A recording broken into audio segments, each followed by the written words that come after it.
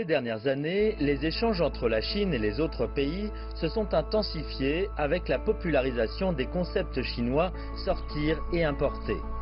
Sur le plan scientifique et technologique, la Chine a de plus en plus de relations avec les pays européens.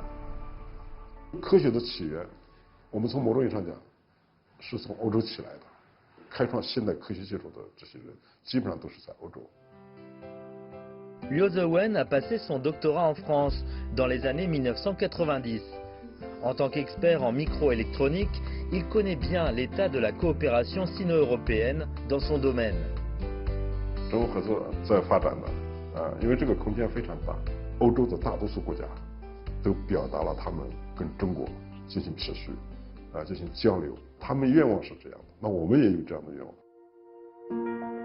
Convaincu que la coopération scientifique et technologique sino-européenne a de grandes perspectives, Liu, rentré de ses études, a pris le poste de secrétaire général d'une association d'aide au retour des étudiants pour contribuer aux échanges sino-européens. Voyant les besoins dans ce domaine, il a eu une idée. 法国就有一个企业，他就问我们有没有可能，他这个技术想在中国找到市场。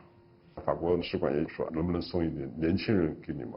我们国家在不断的重视科学技术，然后呢，我们又不断的重视创新。那么这所有的这些因素结合起来，那很容易就使你想到，我们能不能在一起做个平台，做个创新中心。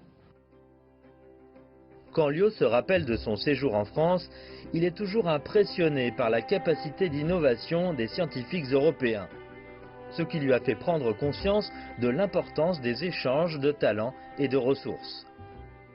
一开始你想象不到的一个事实出发，然后利用数学去建立数学模型，然后在这个数学模型的基础上也去做一些推导这个是我印象比较深的。在创新这一块，还值得我们中国的年轻人学习。 Une fois l'idée de Liu mise en œuvre, les scientifiques disposeront d'un plus grand choix d'équipements et de ressources, ce qui augmentera l'efficacité du partage des ressources humaines et accélérera le développement scientifique et technologique. 一个团体、一个国家、一个民族，甚至一个企业，你发现，得人才者得天下。但人才实际上，我们人才他是需要交流的，对国家的发展，从某种意义上讲起决定性的作用。 Le Centre de coopération et d'innovation sino-européen n'est qu'un élément des échanges internationaux de sciences et technologies. Et tous ces Liu Zewen tracent ensemble le plan des échanges internationaux.